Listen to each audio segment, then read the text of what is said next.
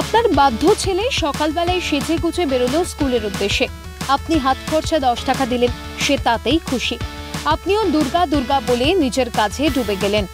মাসের শেষে স্কুল থেকে চিঠি আপনার ছেলে নাকি দীর্ঘদিন স্কুলে যায়নি। এরকমটার হবে না সতীশচন্দ্র সর্বার্থ সাধিক শিক্ষা সদনে। কামাই রুখতে চালু হচ্ছে অভিনব ব্যবস্থা। স্কুলে চালু করা হচ্ছে নিজস্ব অ্যাপ। ছাত্রছাত্রীরা কখন স্কুলে পৌঁছলো, কখন স্কুল থেকে বেরোলো, আদৌ স্কুলে এলো কিনা সব তথ্য SMS-এ পৌঁছে যাবে অভিভাবকদের কাছে। বিদ্যালয়ে বসানো হচ্ছে ফেস রেকগনাইজেশন অ্যাটেন্ডেন্স সিস্টেম। স্কুলে ঢুকতে কিংবা স্কুল থেকে বেরোতে গেলে আইকার্ড স্ক্যানারের সামনে ঢুকতে হবে। স্কুলের প্রধান শিক্ষক গোটা বিষয় নিয়ে জানালেন, আমরা একটা ডিভাইস আর একটা অ্যাপ স্কুলের নামে তৈরি করেছি। এই ডিভাইসটার মূল উদ্দেশ্য হচ্ছে অ্যাটেন্ডেন্সটা রেকর্ড রাখা।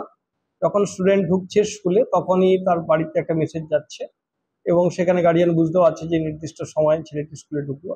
আবার যখন ও বেরিয়ে যাবে তখন ও মুখটা দেখালেই ওর বাড়িতে একটা মেসেজ যাচ্ছে, সেখানে ও সে যে বেরিয়ে গেল স্কুল থেকে সেটা ওরা জানতে পারছে।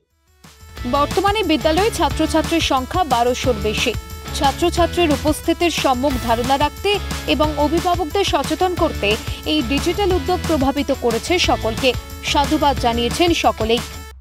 খুবই ভালো না, দরকারও ছিল যে সব বাচ্চা বাবা মা তো জানতে পারে না, আর বাচ্চারা আজকালকার যেভাবে তো এটা খুবই দরকার ছিল আর ভালো।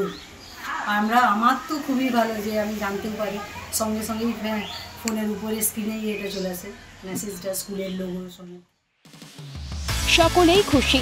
জেলার এই স্কুল একটি মাইল ফলক হয়ে উঠল গোটা রাজ্যে।